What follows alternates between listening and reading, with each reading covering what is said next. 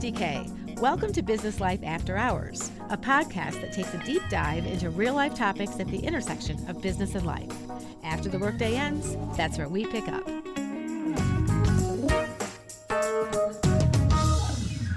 He's a Grammy winner, a producer, and sound designer for Beyoncé's Renaissance album, one of the top-selling albums of all time. Growing up in Sylvania, Ohio, and finding his music niche in sound design and production, Jameil Aossey is now legendary in the music industry. And he's only just begun. Jameil, welcome. It's fabulous to have you here. Right, glad to be here. So talk to us a little bit more about how many years you've been in the music industry. Jeez, 24 Is at that this right? point. Professionally, since 2014. So it's been some time. Takes a long time to get going. Mm-hmm. So tell us about that in the years that you've been in the industry. What is it that you've been doing and that kind of evolution for you? Geez, I mean, I've started it, recording it when I was in high school, right? Just going down and making ideas on a keyboard, booking studio time, $50 an hour. You leave with a cassette tape back in those days, and just working with people locally and just trying to help them create their sound even when I was young. And over the course of time, you work with more artists, and then you figure out what you're best at. So for me, it was production. So it took someone to tell me later on, like, hey, you know what, you're not the greatest artist vocally, maybe focus on your production. So that's kind of when I made that switch about 2013 into production. That's a pretty significant moment then. Little did you probably know at that time, like, wait a minute. Yeah. So I'm Yeah. shifting, and maybe you didn't think about that originally, but that was probably some of the best advice you'd received. Yeah, it really was. It does. Because, when you want to make a career out of something, you really have to identify what you're not best at and find what you're best at and just move on that. And a lot of people try to do too many things and, focus on what you're best at, master that first, and then you can kind of go and dabble a little bit. Such good advice, yes. And let's talk about the music industry. There are so many facets to the industry, so many jobs, so many different components that maybe most of us don't understand. So tell us more, if you would, kind of a quick synopsis of what it's like to be in the music industry and some of those jobs. Yeah. So, for me, production-wise, it's helping the artist get to the destination of the song. That's pulling resources, that's conducting the sessions, or just making sure that the music gets where it needs to be, bringing in, certain writers, or just, whether it be, everyone butts heads and someone has to make a decision. A songwriter, composer really comes in and says, okay, well, let's create the lyric and the melody, and let's make what the song is about, if that makes sense. Let's make it catchy. Let's find a way to help the artist identify their vision and how to take it home and make it understandable to the listener. And then talent managers, of course, are there, so we don't have to worry about negotiating deals or having those phone calls and conversations with people. We just solely focus on creativity. And so that's kind of like the brief overview of the creating part of it, and then the managers. Yeah. Now, as Jameil is doing his job every day, tell us what that looks like. How do you start your morning? What is a full day of production? There's no one way, really. It's kind of like taking whatever the energy that I feel that day, and just whatever becomes of it is really what I end up doing. There's no, you don't sit down and say, hey, today I'm gonna make a pop song with guitars, right? You sit down and you just let things flow. It's different when there's a project. So people send you stuff to work on and it says, hey, well, I need this from you today. That's different. But if you're sitting down and just being creative, I kind of just let the day tell me what I'm gonna do. So what part of your job, what aspect do you like the most? Having an outlet. I think we all were artists from pain or from something that might have happened when you're younger. So for me, it just was always a good outlet, a way to express myself in some way that a lot of times is private. If you don't share music with people that you made, no one will ever know anything about it. So good thing for me now is when you can release music and people get an idea of what you do, they can resonate and connect with it that way. But yeah, I think that's really what it is for me. So Jameil, you have won a Grammy. What does that feel like to the 12-year-old self inside of you? It's crazy. I would have never thought back then that something like that would happen. It wasn't even a goal of mine. You didn't sit down and say, I want to win a Grammy. You just want to do what you love to do. the Grammy came with it. So now what's great is, my kids are old enough to understand what it is, and you got to appreciate that part. But it's just confirmation that you're doing, you're doing something right. I don't think you're where you want to be. Yeah, or, always, right? You may look back in 20 more years and say, okay, well, now I'm where I want to be. A Grammy doesn't change that. A Grammy just confirmed what, I thought was with being on the right track, doing what I love to do. You've sacrificed so many years and time to get to that point. And that was just a confirmation of, well, we did something right. So now what comes with that was more overwhelming than what was before. Because now it's like, okay, well, it's a restart. You see all the different angles that start coming at you now because now you have that. So more people want to work. There's more work coming to the table. It's overwhelming now. And now you realize, well, I guess I wasn't ready for what came with it, but I was ready to receive it when it happened, if that makes sense. Yeah, and that's a confidence too, I'm sure, that has grown within you through the years. But I might just have to remind you that you weren't just good at this, you're the best of the best. That Grammy shows that. And I feel like sitting here with you, I'm really honored to hear your story and to have you share that with me. I appreciate that. It's just, you don't feel that way sometimes. Sometimes your struggle with the art, we don't like 90% of what we make. So when it does pan out, you're like, okay, finally we got something right. But to the outside world, you look at these successful musicians and writers and producers, and we struggle every day, with just being satisfied with what we create. Because you always want to get better. It's that growth mindset. Right. Yeah. Now, I want to talk about that too. When we talk about your it factor, what was it that Beyoncé and her team said, okay, this is the guy, this is who we want?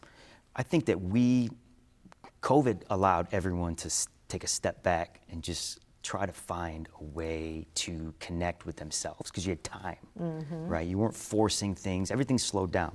So when COVID hit, we decided, well, you know what? Maybe we should stop taking on projects that don't resonate with our passion, because we could do music we don't care for, right? Because we're capable, but we're not necessarily doing what we love. In COVID, we took a step back and we really focused on creating products and ideas that were like that. So long story short, when we started doing that, we made a sound design pack that her team got a hold of. And they kind of came direct to us and said, hey, we heard this sound, we want this sound, would you mind working on the album? Of course we do, right? And that's just how it happened. Within a couple of days, we worked on pre-existing demos that she had. So we didn't make them from scratch, they were already demos. And we just applied what we were doing at that time, which is what we believed in, to her songs. And then that's how it happened. So it was just confirmation again of, if you follow what you believe in, then those things start to happen. Because before that, you had so many almosts that never panned out. But I feel like we were trying to fit into this circle that we just didn't have a passion for. Even if you're capable. Right, and it's that point of differentiation that maybe you were initially thinking, no, I don't think I want to put it out there yet, but all of a sudden you put it out there and it's like, that's exactly what people wanted. Yeah, that's what happened. So it's really it's always good to follow your passion though. Yeah. Because we can all cook, certain recipes that, doesn't mean you're the best. It doesn't mean you're a chef, but there's certain things you can make that you would be best at. So it's good to stick with that. Well, and it's like you said too, you don't want to always be the cookie cutter approach and sort of doing what everyone else is doing. And when you do rise to the top because of your differentiating factor, people love it. Yeah, I think that's the big thing for me is I've always tried to be different in some way. You do need to learn the fundamentals to get there. But trying to be different is not a bad thing. I think people look at you and think you're nuts. You only have to be right once. Yeah. So where did the creative seed in you come from? Probably, childhood struggles and trauma and just, I don't know. I always wanted to be a radio DJ when I was younger. So creating my own music was never on my radar until maybe I was 14, 15. But I was just always into music. I always wanted to create things. I always enjoyed cooking and, I was into just listening to music, but I never knew I was going to create music. And my sister's an artist. So I think we both, because of our childhood, we both took up the arts. And it was an outlet for us to express ourselves, and I think that's where it came from. I didn't know what I was doing. I played piano when I was 3. I read music, everything, did recitals, but didn't create my own music. And at some point, I think it just interested me. I just wanted to create something from that passion. And I wasn't that good at it at first, but just followed it and just kind of crazy, yeah. What about the business side of you? You have a great business mind too, do you not? You try to be, I think the problem in music is everyone's out to take advantage of the creator. And they have a business to run, so that's understandable. But I think we have to be smarter business people ourselves. We can't let those things happen. We need to align with the right management and team. And I've had a great mentor in S1 since 2013. And Tell can't us say about enough. S1. Yeah, so he was my first industry producer that I had met who heard something I did and gave me a chance. And we worked monthly. We did iChats at the time, and I was sending folders, and he would critique, and we'd go back and forth, and he would just show me how things are done, and then identify, hey, this should be better. We could try this. It was never your stuff is no good. It was just, well, here's how you should look at it now. And then that 18 months of kind of working back and forth, and I was winning competitions, and he gave me a chance to work on a project through Interscope at the time. And we kind of took a vocal and rebuilt a song, and then it got placed, and he offered me a deal, and that was in 2014. And ever since then, we work every day. It's just been a great relationship, and he's been a great mentor and a brother, and just everything you could ask for. And it helps you develop your own character also, because you see there are good people in the business. I was pretty fortunate to have him. There's something about that uplifting and that believer in you who sees you for exactly who you are and sees your potential. Yeah, and vice versa. You want to see that in other people too. Right? Some people just want to make money. Some people just want to use you for your ability and just kind of kick you out and bring the next guy in. And I haven't had to experience that. We've had a long growth process of growing together. And then you understand each other and how you work. And now it's effortless to make anything now. And you don't fight about it. You understand each other. And limitless. Yeah. That's great. There was a Wall Street Journal article that you were featured in, and it said that music wasn't just made during the pandemic, but it was written by the pandemic. How does that strike you? I know you mentioned a little bit about the process during the pandemic and what you were going through and how it worked, but tell us more. Yeah, now you can do things remote. So at that time, no one was in rooms together, so it made it okay to just do things virtually. It's not easy. Working remote isn't as good as being in the room, right? I mean, that'd be, you don't get to feed off of people's energy that way. But that whole era, if you will, created a new pathway, especially for musicians to accomplish those things. And what's great about that time frame is me living in Sylvania, Ohio, gave me an opportunity to do something like Beyoncé remote. Right? Because that was a thing by then. It was okay, it was accepted. Most people like that, you're in the room. If you weren't in the room, you might not have that opportunity. So I think that COVID might have been one of the best things that happened for technology in many ways. Not talking at all about the sickness or anything, just based on, it forced us to be more creative with how we were going to continue to work. And so, yeah, I think that the whole Beyoncé situation was possible coming out of COVID. It made it more possible for someone from a small town to have a chance at something like that. And you had mentioned before too about Beyoncé and how her creativity really kind of was changed from the pandemic and how she was looking at music as well. And you were quite that match for what she was looking for also.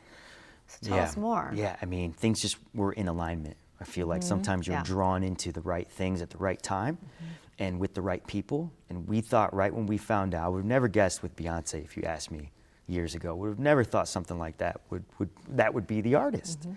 But she's such an innovator, and we were trying to be, and we've always tried to be. And I just think at the right time, everything aligned, and it was a good fit. Exactly. And now you talk about the music industry really changing during the pandemic. As we look back at where it was pre-pandemic to now and into the future, how do you see the industry, and specifically as it ties to sound design and production. What's going to change? Yeah, you know, Web3 is on the forefront, and it's been, you know, it's been a thing. I think it's becoming more of a thing. You're going through the trial and error. You know, it's a token-based system. It allows a fan to own a digital asset of the artist and be closer to, you know, feel like you own a piece of something, and it allows the artist to make more money. There isn't the middleman. Now there's only, you don't have to worry about amassing thousands and thousands of listeners on Spotify. You could have success by having 1,000 diehard fans or 100 diehard fans, and you actually can make a decent living, especially for the indie artist.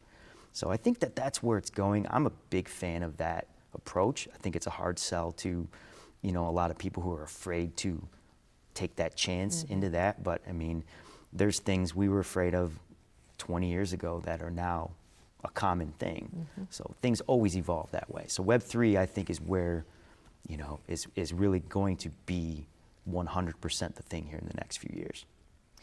Well, and as we look back, we look at some of the people who have been in the industry for 40 years, 50 years, 60 years, and what they went through, the U2s or the Mick Jaggers of the world, the Beatles, Gene Holden, some of these people who have been doing this for so long. And then we look at your industry today and what you've been doing and how that has changed and evolved. It's pretty incredible. Yeah, I mean, we started on cassette tapes and CDs, and we used to have to mail things out. If you Don't forget 8-tracks. Right? I have some 8-tracks too that were my uncle's. But yeah, it's unbelievable how that's changed from then to now. And even the way you networked at that time for a musician and how you had to mail things out to somebody to listen to. And now in 30 seconds, you could finish a song and have it uploaded for the world online. It's just incredible. Yeah, streaming has changed everything. It's not great for us. We don't make a lot of money off the streaming, but it's still a great start into where things are headed. Are there things about the music industry that surprised you when you initially got in and when you really kind of, after you got the Grammy, let's just say, were there things that you were like, wow, this is not what I thought it was going to be? Definitely. I think I wasn't ready for what came with it. I didn't understand how overwhelming it would be and how you only have so much capacity to do so many things. And you want to put so much on your plate and you want to do everything, right? But then you win a Grammy and then people you didn't work with before, now you're getting access into those sessions, and I just think you bite off more than you can chew. So my big takeaway was I was ready for what happened, but I wasn't ready for understanding of what was going to come with it. So my takeaway has just been knowing that and working on small steps and small sample sizes of what am I going to tackle today. You don't need to work on 10 projects at the same time. Just kind of take on one thing. Let's get that done. You move on to and doing what you're passionate about. Doesn't just because you have access doesn't mean you have to access it at all times or each thing. Keeping things in focus, one foot in front of the other some days, I'm sure. Yeah. Yeah, for sure. I understand that. Yeah. What is next for Jameil? Are you going to be collaborating more, partnering? Where do you see the future and what's on the horizon? Yeah, we've been working on software actually and doing more sound design projects and, you know, doing some Web3 stuff with Gala Music and just trying to explore the things that we're passionate about and continue to, you know, you don't want to be on the hamster wheel of chasing an album placement because you end up just creating a bunch of, you know, bulk material, you send it out, you hope something sticks. So trying to really focus on being strategic, just being intentional about what we're working on and our passions, which is creating pieces of software for creators to use or creating sound packs for people to use in their music or just releasing music that you believe in. And remembering your talents and remembering what everyone is looking to you for and what they have been in the first place. Right. So I think that's really critical. Right. How do you define success? Character and just keeping bridges built strong and not, you know, and being a good dad, you know, being a husband and just being there for your family, right? Because I think talent is great, it gets you there, but character keeps you there. That's just always been my thing. And we're not always great at it, but I just believe that if you don't have you could be the most talented person, and if you don't conduct yourself the right way, you may never get that opportunity again, but you can always learn to be better with your talent or with your instrument. But character is just, you almost can't teach it. It's just, you learn it, you know, all on your own from seeing other people, but you have to be inspired by the right people. So if you're in the right environment and with the right people, you see and you kind of soak that up. So I've been pretty fortunate to have a good family, to have a great mentor. I think that was all put right in front of me. And so I knew no different. It's just remembering that, because even when you get upset, if something doesn't work, we all get upset. But it's reminding, okay, let's settle, let's calm down, and let's refocus, because now as soon as you lose sight of who you really are, you can really get derailed pretty quickly. Well, I would think too, to your point, that fame, winning a Grammy, being associated with the Beyoncé team, all of those things really could change that character if you let it. Yeah, you do see that quite a bit. I mean, I see it all the time. It's just, and it's easy, and you understand why that would happen to somebody. You just hope that those people have the right people around them to help remind, ground yourself. And hey, at one point you might have been that person that, you might not have gave that chance to now, but don't forget that was you at one time. Or just, there's no reason to treat people, there's so many sharks in every industry, and all the sharks at one point were no different than the beginner, There's a guy probably driving an Amazon truck right now who's better than me, just doesn't have an opportunity yet, or is still at that point in life where they're, or you're working at McDonald's, or you're working somewhere where you go home and you're super talented and you've got all the ability in the world and you're doing the right things, but you're just not at that point yet. So I think for us, it's being someone who can give them opportunities at some point, paying it forward and finding ways to inspire the youth and just give opportunity, especially ones that we didn't have at that time. That's so true. And the fact that you even know to do that and notice that is really telling about your character. And I do want to talk to you about that. When the workday is done and you have some free time, what do you like to do? If there is such a thing. If there is free time, I don't know, just of course be with the family, We're big in sports, we watch a lot of sports. My kid plays travel sports. I like to cook. I wish I could cook more, so I'd probably be some kind of chef. Oh, favorite dish to cook? If I could, oh goodness, definitely Italian. Nice. Definitely Italian. I like it. I like that. Yes, and then tell us more about your kids.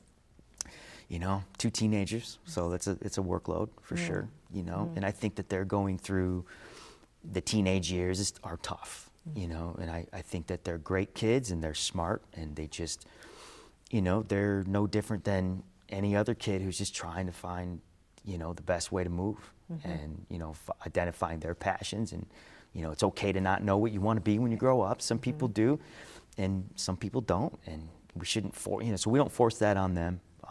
But I'm glad that at least with my last couple years that they were old enough to know what happened and appreciate it now, as opposed to winning a Grammy when they were 5 years old and they would have never remembered it that way. So yeah, absolutely. And you become their role model. And I know you like to mentor students within the community, the region as well, which is really nice that you're giving back to music programs and students around the area.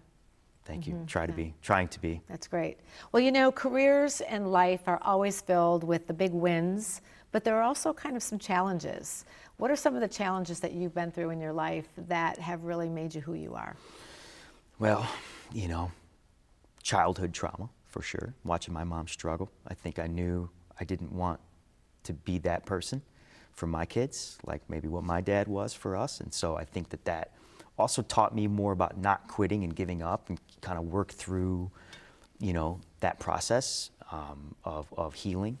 And I think that when you get knocked down so many times and then you just kind of keep getting up, I know it's cliche, but it's a real thing, especially in the music business, because that character you develop of failing and trying again and failing, if there's any industry that matters in, it's the music business, because 99% of the time you don't have any success. It's that 1% when you keep trying. But again, family was a big part. I've been very fortunate to have good family and good values presented.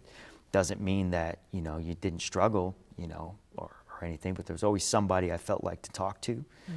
That was important, I think, and then I discovered music, which is an outlet, and that was helpful. Within music, there's been so many almosts that happened that you almost got a placement, or you were knocked off the album at the last second, or things like that just kept happening. And it's confirmation that, well, if you got that close, you're close. It doesn't mean you're never going to make it, because there's people who quit when you almost get it so many times and then it never happens. For me, I always looked at it, well, if we got this close this time, we're definitely going to get it one of these times. So you just kind of keep going. I think that that's part of the challenge. It's interesting to have a challenge. You don't want things that come easy. I think if it's easy, it's no fun, and it doesn't push you to the limit to be the best person or creator that you can be. Well, Jameil, we can't thank you enough for being here, for sharing all that you've shared with us today, your talents, your business acumen, your musical abilities. Oh my gosh, we're so glad that you're here and joining us today, so thank you. I'm glad to be here. Thank you so much. And thanks for all you do for the music industry and well beyond. Thank you. Find success by your own definition at your intersection of business and life on my next podcast. Thanks for joining us. I'm Kristi K. Business Life After Hours is hosted and produced by Kristi K. Audio engineering, production, and editing by Chris Pfeiffer. Be sure to join Kristi for her award-winning television series, Business Life 360, the third Thursday of the month on WGTE HD or at wgte.org/B360. Business Life After Hours is a production of WGTE Public Media.